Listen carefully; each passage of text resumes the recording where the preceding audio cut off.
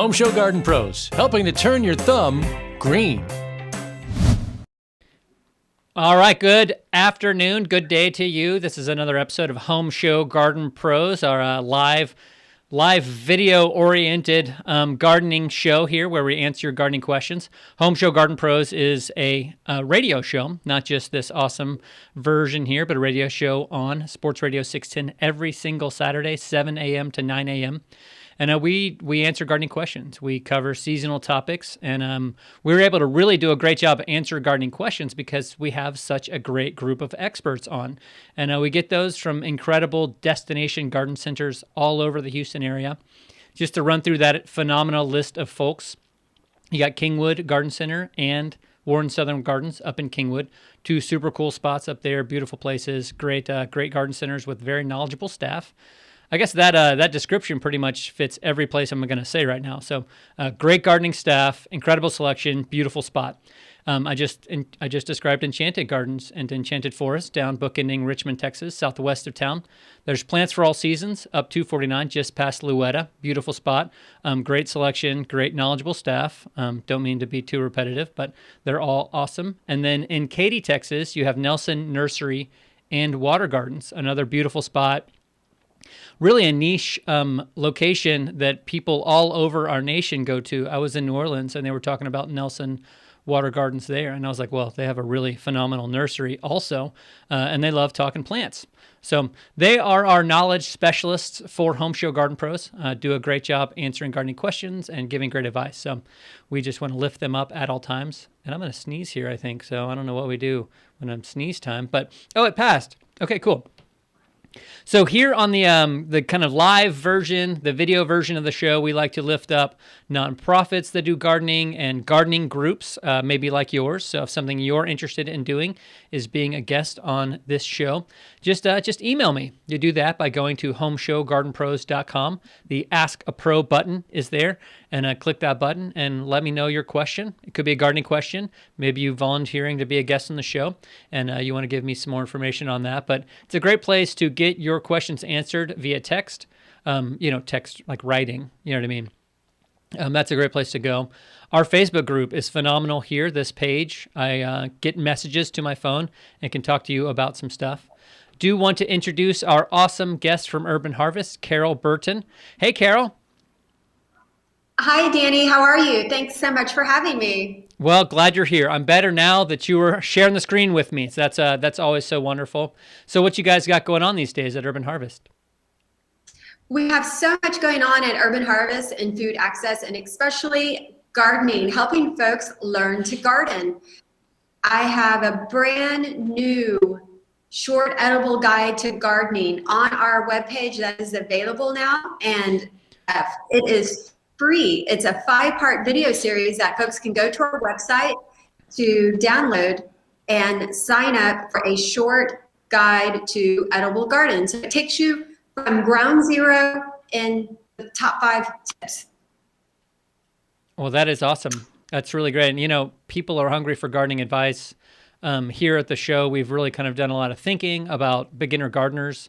And, 20 million people signed up in America to become new gardeners this year. They didn't, sign up. They started gardening. But 4 million of them stopped.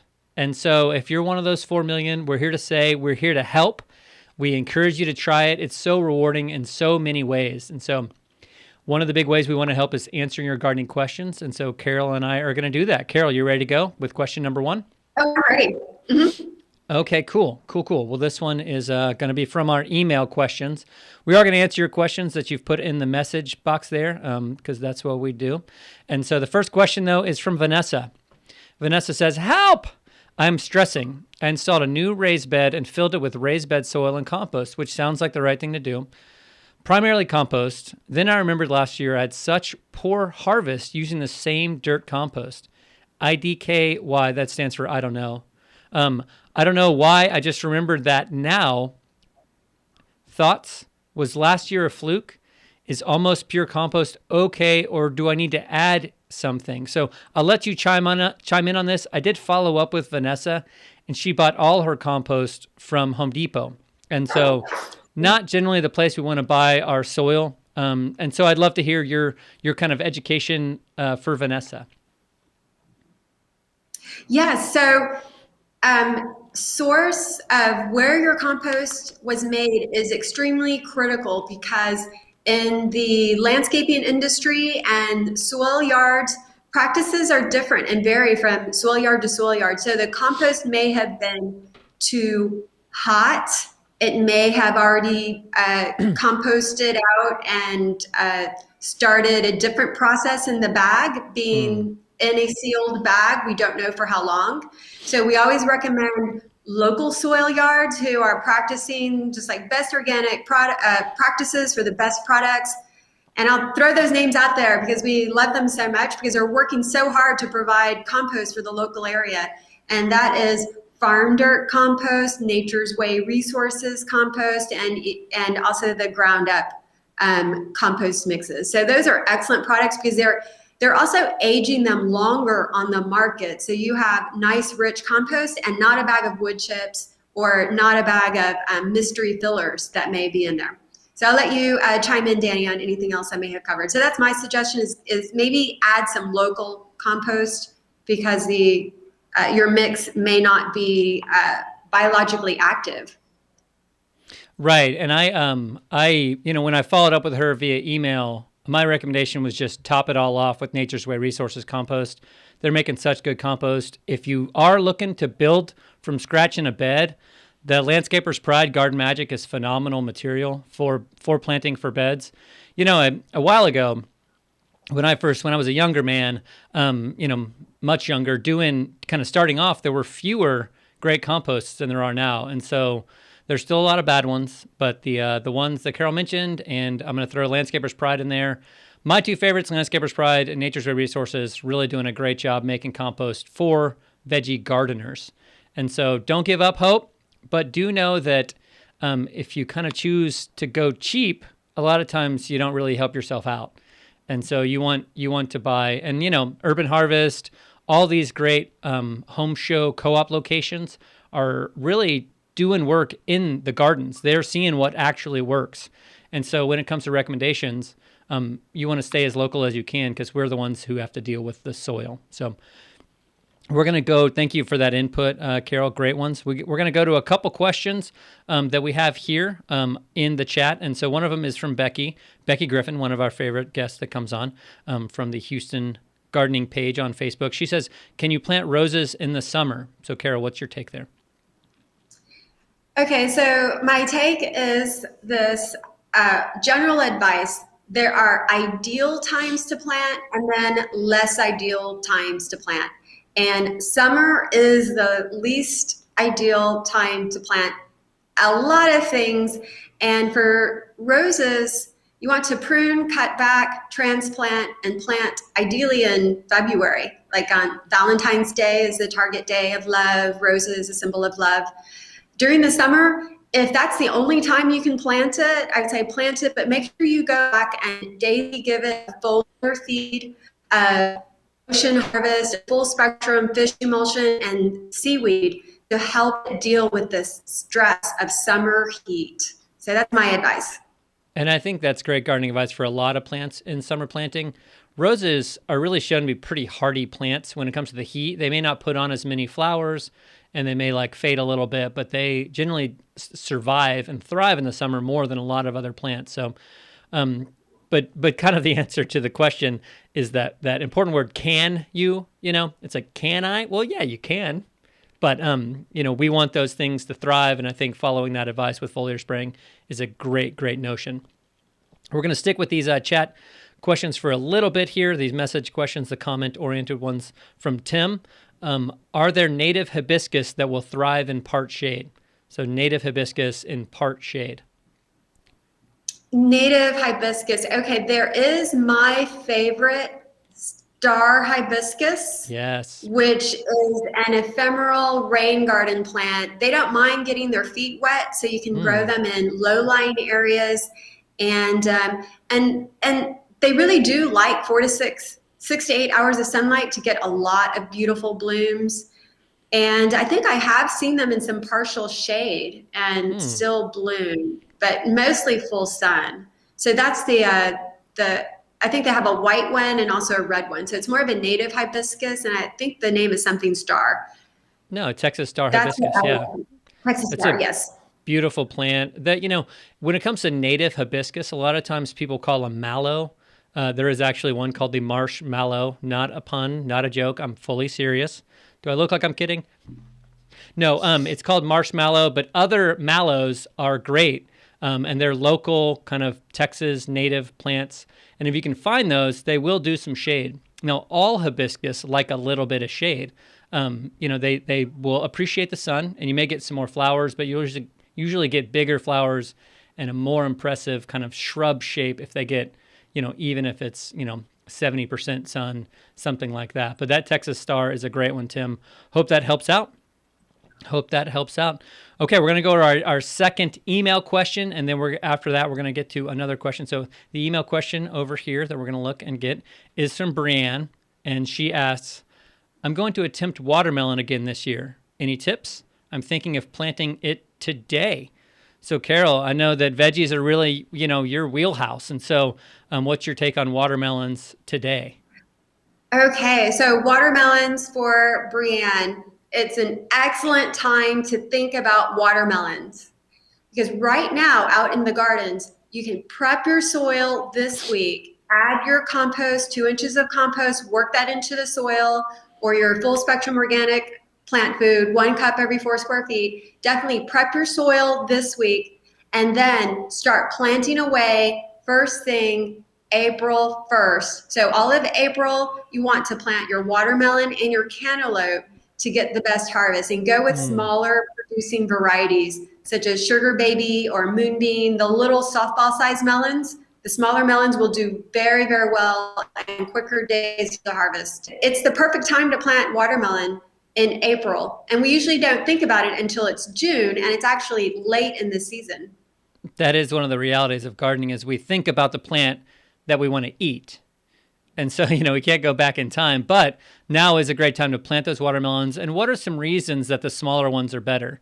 Let's get some folks motivated. So definitely for our Gulf Coast weather, when we get a week of monsoon rains, that causes the fruit to swell too fast and to split. So when you grow the bigger icebox melons, they tend to grow too fast and split.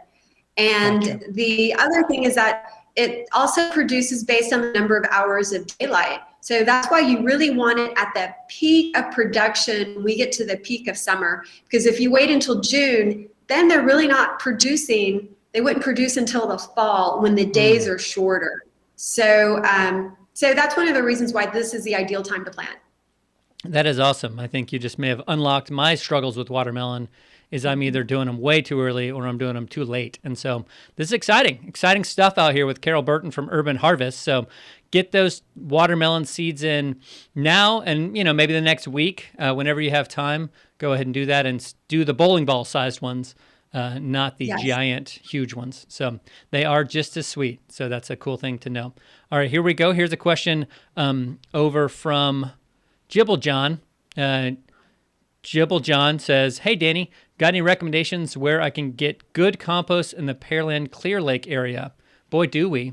So I'm going to jump on this one. Friendswood Hardware is an incredible place, and they have a broad selection of excellent compost from great companies that we already mentioned.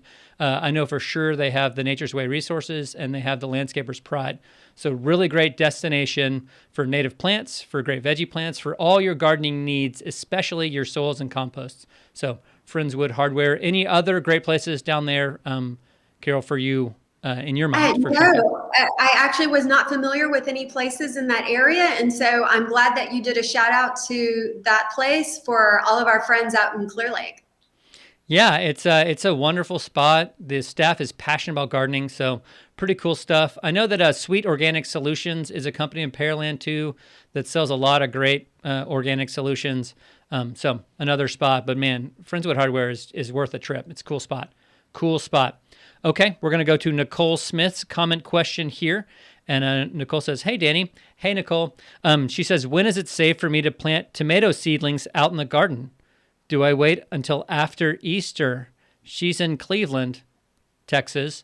And so she's got her zip code there too. But Cleveland's up north, 59, before Livingston, but, still pretty close to town. So what's your take on planting tomato seedlings for Nicole?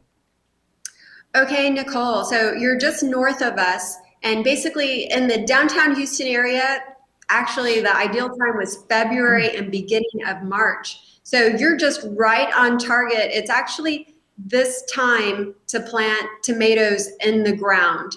And you do want to protect them from wind and drop in a gallon of water to keep them warm at night. And that way you will get the biggest plants and the best, highest production of flowers before temperatures get above 87. So once temperatures are above 85 for tomatoes, they're no longer setting fruit. So Cleveland is, just the next town over from Houston, the Houston region. And so it's about that time. It's like, don't wait too late after Easter. That's really a difference of 2 weeks, but tomatoes are heavy feeders and they're fast growers. And so you can take advantage of this 2-week window to get your plants even bigger. Again, with a little bit of protection and care, you can get your plants bigger for a bigger production in June. What a fun reality. I mean, I think of being up north and starting tomatoes later is such like a cheat code because you can drive down to city proper and find gallon size or 3-gallon tomatoes and get really big ones and get them in and start getting tomatoes right away. And if your season's a little bit longer because you're an hour or so or no north, by all means do that. When I go up to visit my parents up in North Texas, I always take them late season tomatoes here, but they're huge, and that means they get a jump on their production up there. So maybe a little cheat code there for you, Nicole. So maybe that helps out. Great advice, as always, Carol. Thanks for dishing that out. Okay, we're going to jump over to our question number 3 from the emails. So here we go. Over to that one. This one's from Robin. So Robin's got a great question. Where can I find fruit trees? Well, fewer now since the freeze. So she's looking for mango, papaya, lychee, etc. So I guess she wants true tropicals. So any advice on where to get some true tropicals? Well, I just took a visit recently to Quality Feed and Garden on North Main near downtown Houston, and they have a little greenhouse. And in their greenhouse, they do have an array of citrus that were protected from the freeze. And for tropicals, true tropicals, so they had some remnants of papaya. And mangoes are always really hard to find, as well as lychee. So in terms of the tropicals, they did have a wide array of citrus, the subtropical trees, but I didn't see any mango or lychee. Well, here's what I would do, is I know that there are local growers that specializes in these real tropicals. And so I might, head up to Enchanted Forest, wherever your closest place is, be at any of the Garden Pro locations, and be like, hey, can y'all order me some real tropicals? Because if you want those 3 trees and more, they'll make a special order maybe for you. And so that's something for you to consider, is if you're in Kingwood, head over to Warren Southern Gardens and be like, hey, look, I need to get 10 trees. I want these tropicals, and they can make an order for you. It may be hard to find them on the shelves. Right now, the market is, everybody seems to be pretty scared of, freeze sensitive plants. And so retail shops may be kind of trying to adjust to that sensitivity. So I would build a relationship with somebody and go ask them specifically for that stuff. That's my best advice for you. So that's my thought. That's excellent advice. Well, thanks. Gosh, it's like that old saying, praise from the praiseworthy. Get out of here, you. All right, next question. We're going to Shirley Miller Martin. So she's a Facebook question. So I didn't, expose her. Her name's right there. All right, well, her question is very exciting from Shirley. My key lime in a large pot is coming out after the freeze. Wow, that's awesome, man. Oh, that makes me feel happy. What should I do? So what should Shirley do with her key lime?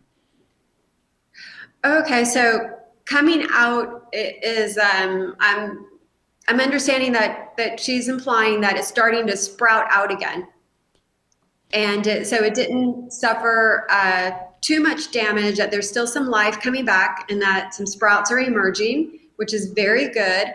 And so I would use the Ocean Harvest Foliar Organic Plant Food Spray, And I would just like every day, just give it a little light mist and give it that extra boost to strengthen the plant. And it can come outside during the day and you can start to acclimate it to the sunlight, because I'm not sure if you still have it protected, because those are not freeze hardy at all. The first things to freeze. And so that's what I would do. I would go ahead and feed it to get it ready for spring and that give it a boost. And the Ocean Harvest is great. I've seen a couple places sold out of it. Super Seaweed by the same company is phenomenal. Obviously, I love the Rev. Dakota Rev is really great, and it's available all over the place now, especially a lot of these mom and pop growers that are really devoted to your success are going to carry these great products. And so I do want to caution coming out, hopefully it's above the graft line. But Carol, will you talk a little bit about what's happening if it's coming from beneath the graft line? Correct. If it is coming from beneath the graft line and then the original rootstock is basically sprouting, usually the rootstock are heavy clay soil and it's a bit hardier. So if it's only below the graft line, then your original lime tree is no longer alive. It may still come back because we still have a couple more to see and wait for our fruit trees, because it could be months to really know how damaged they are and if they're still alive. Gotcha. Yeah. So be aware of what that is, what the graft line is, and what it means if it's coming out from beneath or above it. Above is good. Above is real good. We're going to go to this question from William. Why do my cucumber blooms fall off and not produce? So great question, William. So I don't know. William, are you a beginner gardener? That's just a question I have for you. What's your thought on his cucumber blooms? Let's see. So right now the soil is just starting to warm up so that we can direct sow and plant cucumber seeds in the ground. And so if your blooms are falling off, it could be a nutrient deficiency, or it could be also that there's not enough sunlight. So kind of check off those basics. Is it getting 6 to 8 hours of sunlight? And do you have deep, rich, sandy loam soil that was well composted and organic plant food? If that is all yes, and the blooms are still falling off, I would just kind of wonder about that mystery, and maybe a pinch of magnesium or Epsom salts would be the last thing that I would consider adding, or Just switch a pinch, variety. though. Just a pinch. Just a pinch. Don't overdo it on that Epsom salt. Great stuff to add a little bit of magnesium. Now, folks, the squash, cucumber, watermelon blooms are going to fall off. You know, that's half of them are male flowers anyway, so half of them won't even make a fruit. So them falling off is not that big of a deal. If you can tell the difference between the air quotes male flower and air quotes female flower, because basically there's a tiny little version of the fruit between the stem and the flower on the ones that need to be pollinated. The other ones are for pollination. They pull that pollen out and get it into the other one. And so those ones without the little fruit are going to fall off. They don't do anything other than fall off unless you put them on your salads, which is totally acceptable. They are edible. But I'll just say the first maybe like 10% of all the flowers you're going to see are going to fall off. And so don't panic if that's happening at the beginning. One thing that Carol didn't mention that I want you guys to remember is that they've got to be pollinated. Those vines have to be pollinated by bees or you're not going to get fruit. So if that means you planting some flowers nearby, getting some of that pollinator bee, European bee attractant from Monterey Lawn and Garden, that's something maybe to do if you keep having that same problem after doing the soil remedies that Carol's talking about. So hope that helps. Hope that helps a lot. So we got and Danny, we have starting next week, and I think that this week you have your series, your gardening growing veggie series started this week. Well, thanks for asking about it. We Oba did have a gardening for beginners series. Now we've already sold our tickets and already done sign up. If you become a member of Oba, you'll be able to see those videos. So Oba online, OHBA online.org. But I'm more interested to hear about your classes. Oh, thanks, Danny. We do have also starting next week a 4-class series of basic organic gardening. So Nice. It's 4 classes and registration is still up for that. And then later in April, we have an edible landscapes class by Ooh. Angela Chandler. I talk about Angela a lot because she kind of really taught me so much about growing fruit trees in Houston and using them in such a beautiful way. So that's awesome. What a great draw there. She's so great. She's just so nice. So we have another email question to get to. This is our last one of 4. We're going to go to that now. All right, from Jeffrey. Do I need to till my flower bed every year? I have read several articles about people moving away from that idea unless the soil is compacted. What say you? Well, for me, Jeffrey, I do not till my flower bed every year. I try to use no-till methods where I am adding organic matter. I'm adding local native hardwood mulch to my flower beds so that is breaking down into wonderful structure of compost and natural humates, adding back to the soil so that I won't till it each time. I'm constantly building the soil with a no-till method of just lasagna layering, organic matter while I'm growing flowers. Because when I am growing flowers during the heat of the summer, I do try to build up the mulch just so that, like for zinnias, for instance, they get a little bit droopy when it gets super hot. And so I'll just go in and I'll add some extra mulch to help retain the moisture in the soil. So that is my gardening technique, so I don't have to till every year when I grow my flowers. Nice. And tilling is a lot of work. I actually gave away my tiller, and I'm so happy with the amount of space it gave me in my little tool shed. So that was a nice thing for me, and now I have an excuse not to till. Plus, not great for the fungal life in the soil or the earthworms. So we don't really want earthworm smoothie in our garden, and so I'd stay away from tilling just for that reason alone. Okay, we got a question on the Home Show front. David says, "Hey, Home Show folks." Hey, David. And then he goes on to ask, "I'm going to plant some peppers and maybe a few other vegetables. What's the best soil to start with?" We answer this question and we love answering it. So best soil to start with, I got some favorites. They pretty much match Carol's favorites. So Carol, what are some of your favorites for soils? Right, David. So I'm not sure what type of container or growing garden bed that you have. So I'm just going to answer some general questions, general guidelines. We do need 8 inches minimum of depth of sandy loam soil, which would be equal parts of sand, silt, clay, and organic matter. And so that's what you need. So if you have a container and you're going to buy some soil, I'll let Danny talk about some of the favorite products because he knows them all and perhaps even which part of town they're available.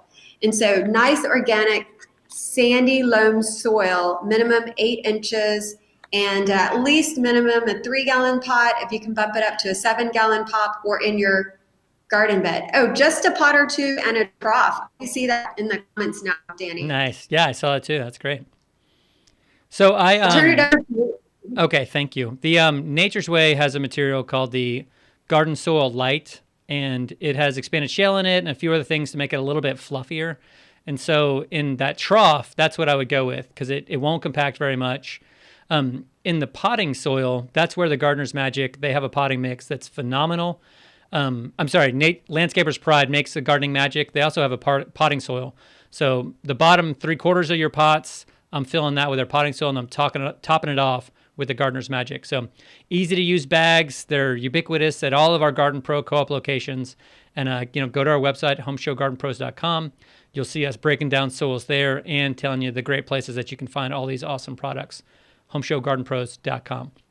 So Carol and I have been answering your gardening questions. The last one we answered from the email list was about, should I till my flowers? Well, you may not even to the point where you've got the flowers to plant. And so we got Michael Wagner from Warren Southern Gardens up there in Kingwood, beautiful spot, telling us some great spring flowers to plant. So we're going to head over to talk with Michael right now. We're going to encourage you guys to just be bold in your spring gardening. When it comes down to getting new flowers in, just go after it. Do some adventure. You don't have to do the normal pansies and petunias. Michael here. Michael brought a bunch of cool spring flowers. What'd you bring us? Well, first of all, is a really unique geranium. It's called Vancouver Centennial. It's not a real bloomer, but it's a beautiful foliage to put in with container plants.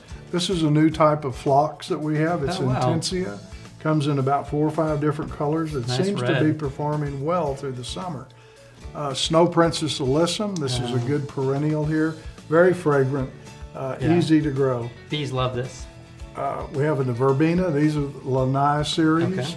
It's not a real spreader. It's more of a little bit of an upright grower, but it's great to have into your garden. Look at that dark flower there. That's beautiful. Chenille plant. This one right here is new. Crossandra Sundance, which is one of my favorites for shade. So gorgeous, so dark. Glossy foliage. The Sundance variety has been the best in our performance. It's really beautiful. This is a Bounce Impatient. An Impatient. Yeah. Oh, cool. Had this now trialed it for 2 years. It does extremely well here. I've had them go from March until October and looked as good as when we planted them. I love chenille. I love these plants. I love the way they grow sideways and make like a carpet.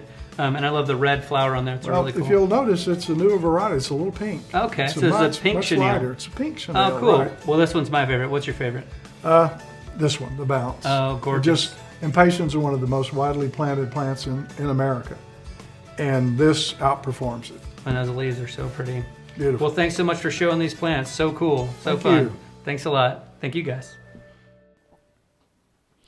Thanks, Michael. Great thoughts there on plants. And, all of us have maybe some open spaces from the freeze where we had damaged plants. And I know I'm going to fill them up with bold annuals. So like the ones just mentioned there. You got any favorites, Carol, from the list Michael had for us? Oh, I saw the Alyssum. Is that how you pronounce it? Yeah. And also the Dianthus. Those are some of my favorites. Absolutely. Gorgeous plants, gorgeous color, and you get bees and butterflies in with those ones. So nice choices. Well, Carol, remind us of the class you got coming up next week and how people can sign up for it.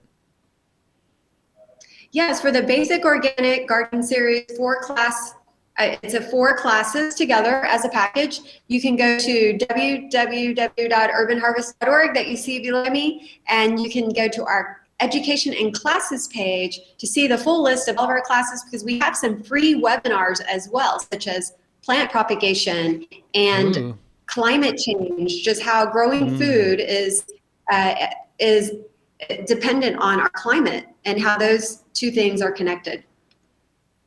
Awesome. Well, they sound fascinating, and I know I love all the offerings you all have, and just really appreciate what you do for the city and for education all over the place. So great work. So Carol is with Urban Harvest, and a big thank you for being on. We have our show this Saturday, Home Show Garden Pros, 7 to 9 a.m. And this week we've got Joey from Enchanted Gardens on and Anita Nelson from Nelson Nursery and Water Garden. And it's very exciting. They do both a great job. So tune in this Saturday, 6:10 a.m. And we will answer more gardening questions because that's what we do. Signing off. Adios, amigos.